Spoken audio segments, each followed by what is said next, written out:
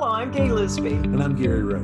Welcome to Tribe Talks. Tribe Talks is a series of heartfelt moments with members of Amazon Seller Tribe where we're pretty transparent, aren't we, Gary? Yeah, we are, Gaye, because really 50% of life is if. If you actually spell out the word, half of it is just a chance. And then after that, it's how we respond.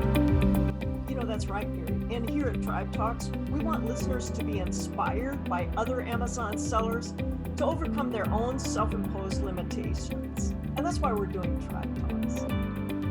Okay, ladies and gentlemen, thank you for being here today on this episode of Tribe Talks. We have with us a valued Amazon Seller Tribe member who we were just reminiscing just a few minutes ago. He was actually one of the first guys that signed up for Amazon Seller Tribe, our Amazon Seller Group, in the probably the largest now arbitrage seller group in the space.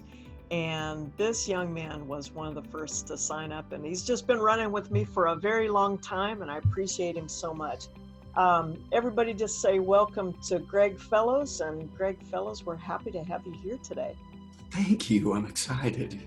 Yeah, Greg, you know what? You have an interesting journey.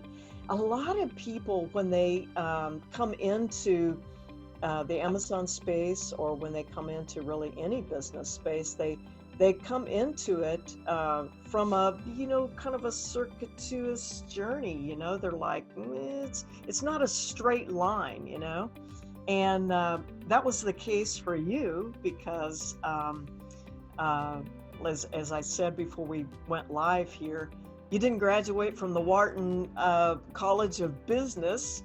You weren't an entrepreneur that just took a straight line straight to Amazon. But your journey is so significant, and we want to hear about it today. But there was a moment when you were going along in life and things were pretty good. Take me to that moment. Things are pretty good. Tell me where you were and what you were doing in life at that time. Sure. I was living in LA. I was an actor. I had been living in LA for, at that time, about 9 years. And I was making my living acting and everything was going great. And then I started noticing changes in my voice. And, to make a long story short, I developed a condition called spasmodic dysphonia, where my vocal cords will break open and spasm whenever I talk. At first, it was just really slight. But when I knew that it was going to be a problem was, I specifically remember I had a publicist, and he set me up with a meeting of a really high person of a legitimate studio in Hollywood. Wow. And we would talk about kind of where my career was going. And we sat down in their office. It was just me and him. We had a great conversation. And then at the very end, he said, "What's wrong with your voice?" And a few people had asked me that before, and I think in the very beginning I didn't know what to say, so I said, "Oh, I just have a cold." Right. But this time I said, "I don't know. It started sounding like this 6 months ago, and I'm not sure what it is." And just the expression on that guy's face told me Wow. it's. So I think that's when I started thinking, it's either my voice has to get better somehow, or it's basically the end for me. So now you weren't just some bit actor that had just did a local television commercial for a car dealership. I mean, you were really on a pretty great trajectory in the business. Tell me about that just a little bit. Some of the places that you had been and some of the shows that you've been in. Yeah, I think I had just completed a movie for 6 weeks. We were in Louisiana, and then after that, I did a commercial for the NBA Finals. Then after that, I was in the reality show. The reality show wasn't for acting; it was really just to get my name out there more. Right. And then there was something else I'm blanking on right now. But anyway, so I mean, it was happening for me. Right. I'd been in LA for 7 years before that, and there was no way that I could make a living doing it. I would get things here and there, but I was finally to the point where, you know, my career was just slowly going up, and that's what happens. And when you say making a living at acting, you really were making a living at acting. You really were involved in it on a daily basis and getting paid for it. And now all of a sudden this guy asks you a question, you don't have the answer for that. And where do you go from there? What happened after that? Yeah, it's, you know, like I said, that was the point where you don't get meetings like that unless your future looks really bright. And when he asked that question and I saw on his face that it's going to be an issue that he didn't want to deal with, that's kind of, you know, like I said, I have to make some changes, and I tried to find out what the problem was. And I later found out what it was, but I found out that it wasn't really curable. So I knew that I had to find something else. And that was... So to, you know, how do you deal with that when you find out, like, take me to that moment where you're in the doctor's office or wherever you were when you get this diagnosis, and then you realize it's all of a sudden forced an identity on you that you never expected. Take me to that moment. Where was that? What were your parents with you? Was your family with you? Take me to that day. Yeah, I was a personal assistant for a director for a couple of years before I started making enough money. And I remember I was sitting in a restaurant called Swingers on Beverly Avenue, or Beverly Boulevard. If you're familiar with LA, the Swingers restaurant is kind of a famous restaurant. But I was sitting at a table with him, and I started crying because I said, I don't know what to do. I guess I have to move back to Utah with my mom. And he said, listen, just start coming to work with me again, and then we'll figure it out. And that, for a little while, allowed me to, I guess, stay in the business, even though I wasn't really acting. But that's when I realized, you know, acting isn't in the cards for me right now, and I have to stop focusing on acting because I have to focus on other things, or else I'm going to be homeless, or I have to move back. So that was a little bit of a turning point for me. After that, I moved to Las Vegas because that's where my director friend, he's like my brother now, but that's where he lived. So I moved to Las Vegas and did that for a couple of years. And was there a kind of a mourning period in your life where you're like, you know, here's who I am, here's what I'm doing. I'm an actor. You know, that's who I am. That's what I'm doing.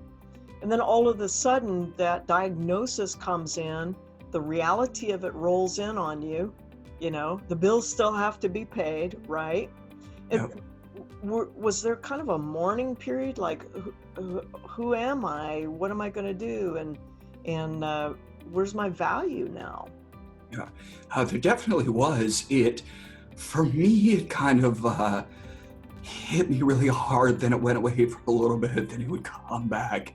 And then, you know, I had to have a different mindset. I had to change. And I thought, you know, there are people in this world that just dwell on their problems, and they don't really get anywhere in life. They just stay dwelling on their problems. I knew people like that, and they had been dwelling on their problems for 20 or 30 years. And I thought, am I going to be like that? Or do I change something and see how far I can get with a different direction? So that's what I decided to do. And I tried a bunch of different things. And, you know, I kind of consider myself, I'm a failed entrepreneur. I'm a failed business owner because I always had the entrepreneurial bug, but acting always took precedence over it. But I failed at so many businesses. I failed at so many things. And I think... But you were moving forward. You weren't sitting down and saying, now I have to go on disability, or now I have, my entire identity has been ripped away from me, and so therefore I can accomplish nothing in life. There's a difference between failing and failing forward, right? Oh yeah. What I was going to say is, when it comes to business, I've failed a lot of things, but I'm sure there are very few successful business owners that didn't have failures, a lot of failures, before they found something that made them successful. I'm really into jiu-jitsu right now, and a white belt is someone that just starts, and then obviously a black belt is one of the highest ranks you can get. And black belts in jiu-jitsu say, I'm just a white belt that never quit. And I feel like that's kind of the same way in business and entrepreneurship. The reason why I'm a successful business owner is because I never quit. Come on. That's Wow. I live my life like that, just to continue to grow and never stop doing something, even though I might fail or I might hit a roadblock in something else. Right.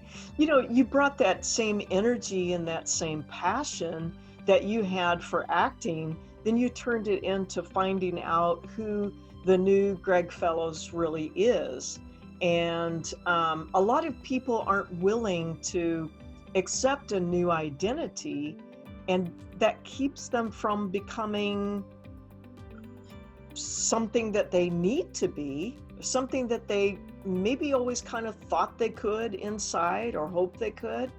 But your situation forced you to bring that forward and find out really, what's Greg Fellows really made of, right?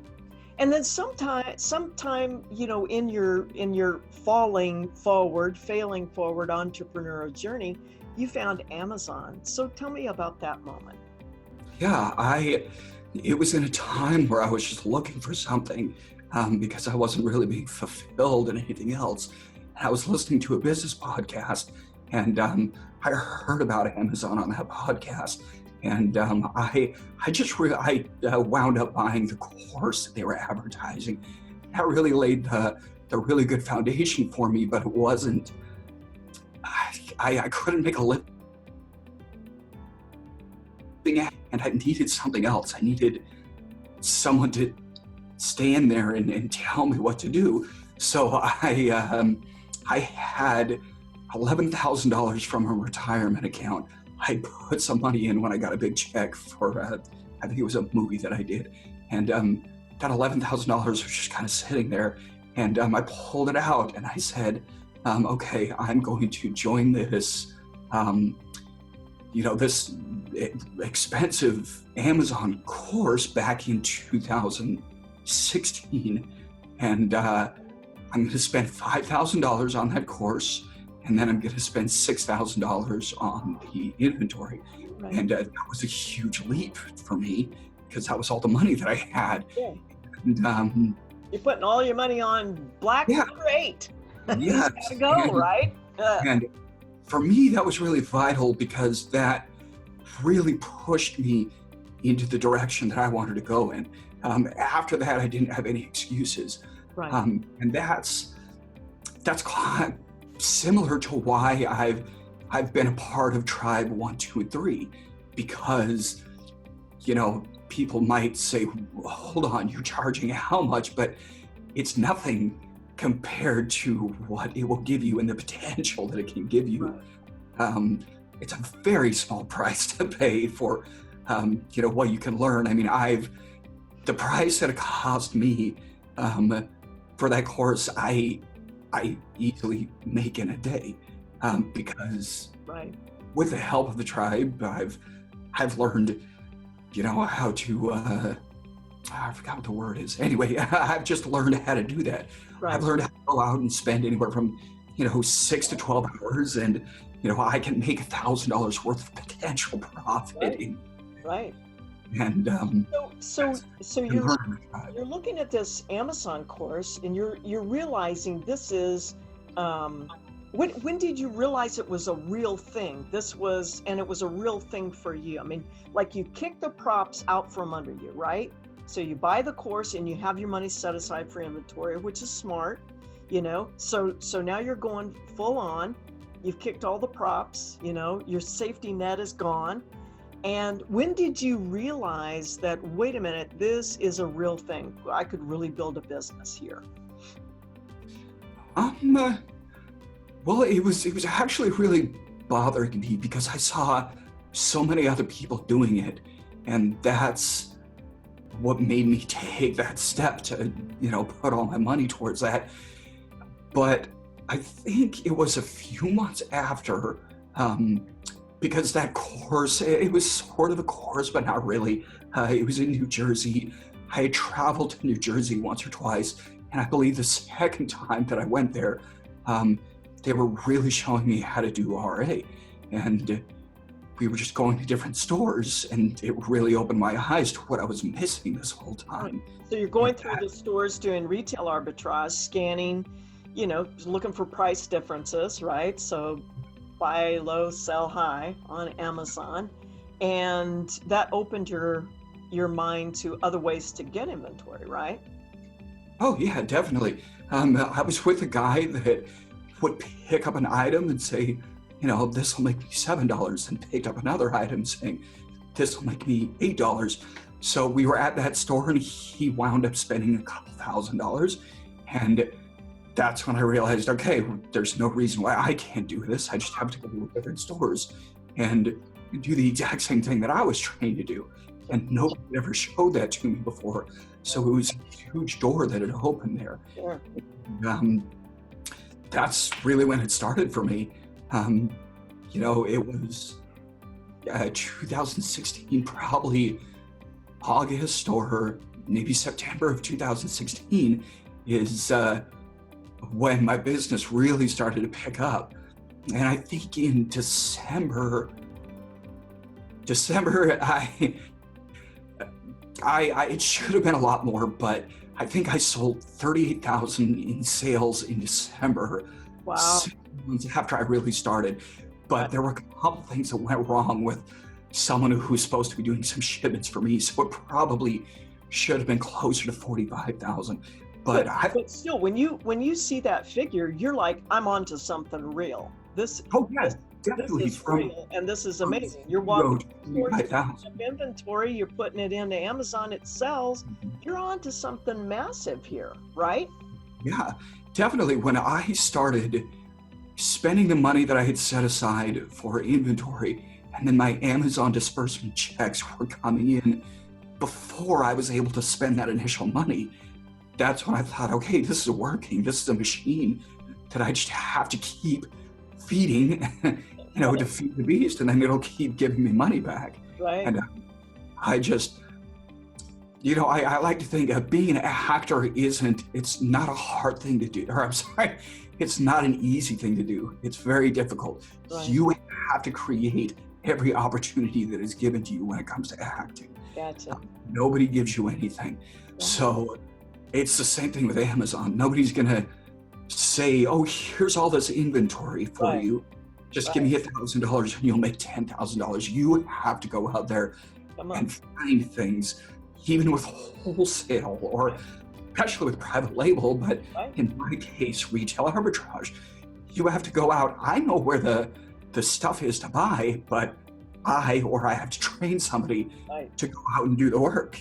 And right now, I'm doing the work. I have to do the work in order to be successful. Right. So 2016, you end the year in December, $38,000. Yeah. 2017, I meet you in Amazon Seller Tribe, and thank you, by the way. It was a great moment for me, hopefully a great moment for you. And so then tell us where you've grown since then. What's happened to you since 2016 ended? 2017, 2018, and 2019. You've got 3 full years now under your belt in selling on Amazon. And tell us what's happened to you since then. Sure. Well, I joined the tribe in late 2017, September, I think. And because I really wanted to get into OA. I wanted to start buying stuff online and add that to what I was doing with retail arbitrage. And that's why I joined up initially. I had bought a few lists from a few other organizations, and they were just garbage. But I knew that people were still buying stuff online with lists, so I joined. I started buying from your lists, saw that they were great, and I guess it just kind of started from there. I made the mistake of not buying for the lists for a little while. I was still paying to be part of the group, but I just stopped buying from the lists, which was a mistake because I could have been making, Money on the table. yeah. And, I think I was trying to focus on just retail arbitrage, but then I realized that was a mistake when it's so easy just to do the OA from the list. But I was living in Las Vegas, and I felt that in Las Vegas I had grown as much as I could. So I used to travel around and buy inventory that drive it back to Las Vegas, or I would ship it from wherever hotel I was staying in. So I went up and down the coast of California, and then I went into Arizona, and I went to New Jersey a few times, and then to Florida a few times, and I liked Florida the best. I knew that if I wanted to grow more and as fast as I wanted to, I needed to put myself in a situation where it would be, as long as I worked, it would be almost impossible for me not to grow. Right. So I moved to Florida, was the right place for me. And I've, just been growing the business here. Things have been going great, and I love it here. So, so your sales in 2016 was vastly different than where you ended up 2019, and we call you a gold lanyard seller in Amazon Seller Tribe for a reason, right? Yeah. So when you get to that gold lanyard level, that means you're in the 7-figure seller status or higher. So for those of you who don't know, that's $1 million or higher in selling on Amazon. And Greg, you've been at that level now for quite a while. I mean, you shot up to that level pretty quickly, and you've been gold lanyard seller for quite a while now, haven't you? Yeah, it's been, I don't know. I think in the end of 2016, I probably had, maybe 200,000 or less in sales. The end of 2017, I think I was at around 500. There were a couple of valleys because I made huge mistakes with my money that I'd been making. But the end of 2018, I think I was pretty close to $1 million.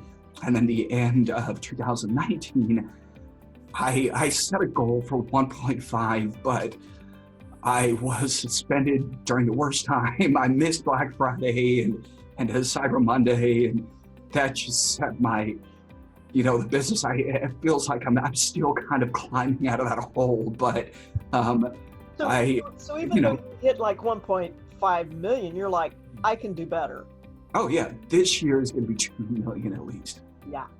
So you already got the goals set. You've reverse engineered how to do that, how much buying you have to do each month or each week or whatever to make that figure, because you already know what you can do. So all you have to do is just scale that up, right?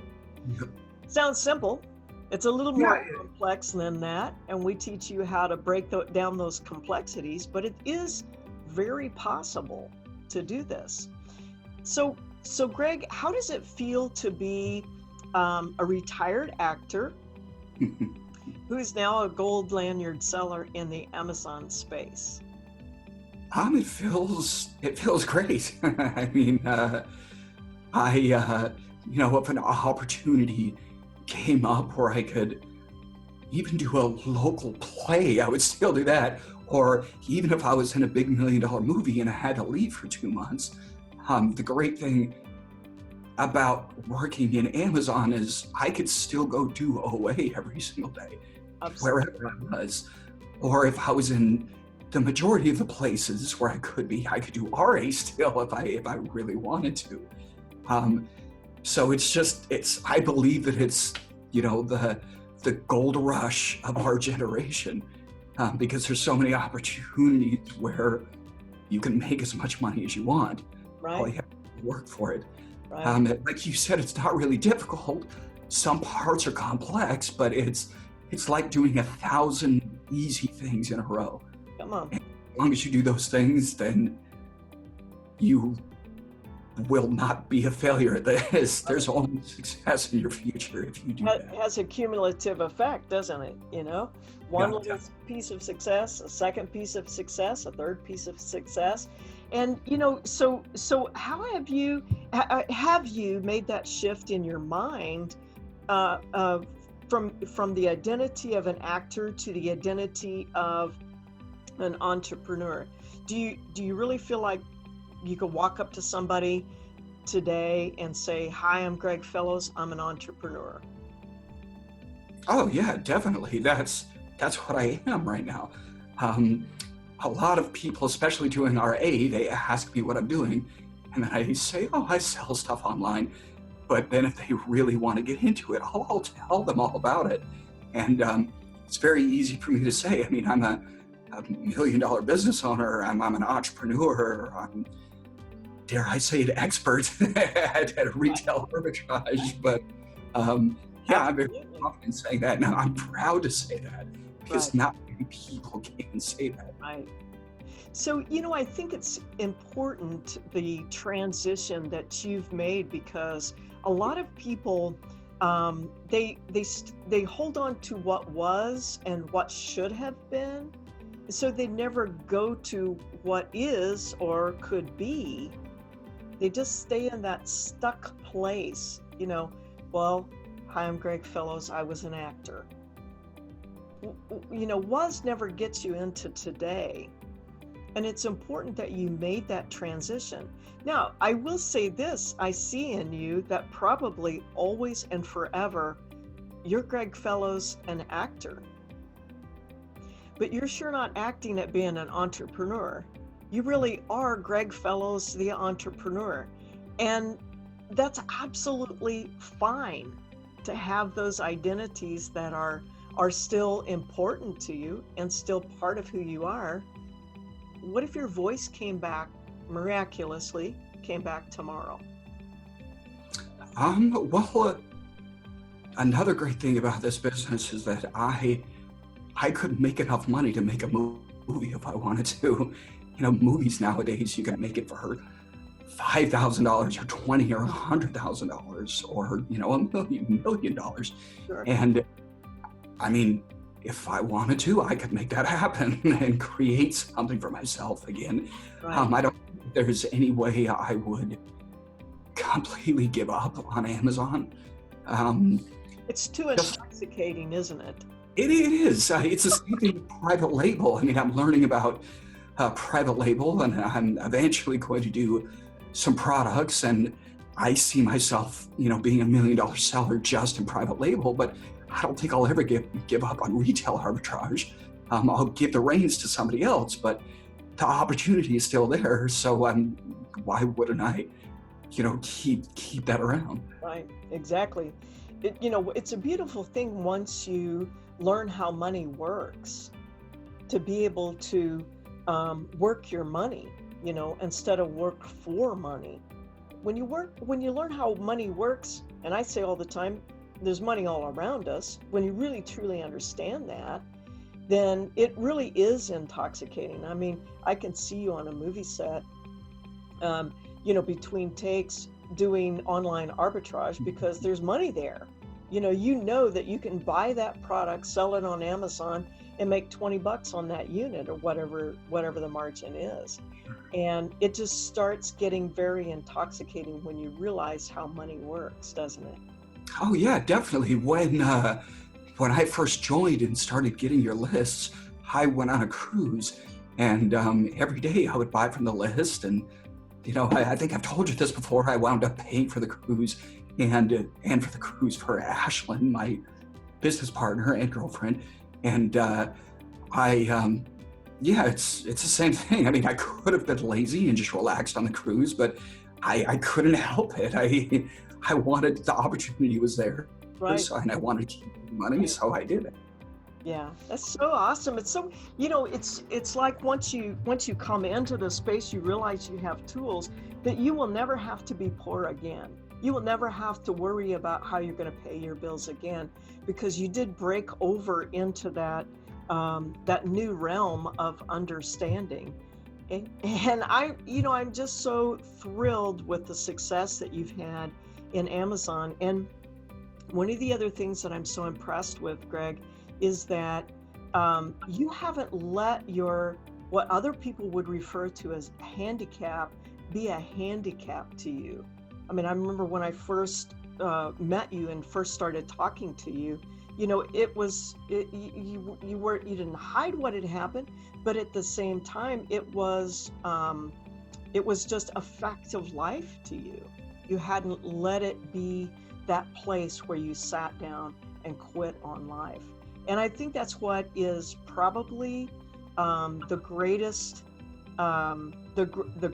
gig of your life, is this, where you said, wait a minute, I'm not a quitter. I know I'm not a quitter, so I'm going to act like I'm not a quitter until I feel like I'm not a quitter. And that brought you into this Amazon moment. So Sure. wonderful. Yeah, I mean, the condition that I have is medically a speech impediment, but I will never call it that. I just say it's a vocal issue, because an impediment impedes you and stops you from doing something. My voice didn't stop my life. It just, kind of altered the course of it. So it's not a speech impediment. It's just an issue that I dealt with and I deal with every day. And I just continue to live the life that I want to keep living. I like how you made your challenge a fact and not a place where you just sat down. It's a fact. This is the fact. I have a vocal issue. It's a fact. I love what you said about that it's not an impediment. You have proven it's not an impediment. It's just a fact. Greg Fellows has a vocal issue, but he doesn't have an issue vocalizing the power of online entrepreneurship. And you've been proving that now for 3 solid years, maxing out what you can do in the Amazon space. I would say that we haven't even scratched the surface of what really is in Greg Fellows. I hope so. Yeah. Oh, you just said it's, my voice hasn't stopped me from talking about Amazon, and that's definitely true. It's probably my favorite subject to talk about. I could talk about it for hours. Anytime someone asks me about it, I think, okay, let's chat about it, because I guess you could say I'm obsessed with it. I love talking about it, and like I said, it's like the gold rush of our generation. It really is. It really is. We're very fortunate to be here, and we're very fortunate to have met you, Greg. Greg, thank you for spending time with me today on this edition of Tribe Talks. Blessings to you on your journey in Amazon, and I know I'll be seeing you on Amazon Seller Tribe. We message, and we also see you posting in there. We appreciate that so much. And you're traveling now? Are you betwixt and between, or are you down in Florida right now? Yeah, right now I'm in Florida. I just got back from Portland, and I'm going to Houston in a couple of weeks. That's another great thing about Amazon is because I have employees, I can, or we can travel, right? For, however long we want, and the business doesn't really stop. That's good. That's awesome. What a wonderful thing. Greg, thank you for spending time with me today. Give Ashlyn a hug for me, will you? I will. Thanks. So that's it today, folks. Hope you enjoyed this episode of Tribe Talks. If you're interested in selling on Amazon, just jump on the link below. Folks, if you enjoyed Tribe Talks, seriously, if it helped you maybe take one more step in life, could we get you to take one more step here and subscribe to the link below? And see you next time on Tribe Talks. Take care, everybody.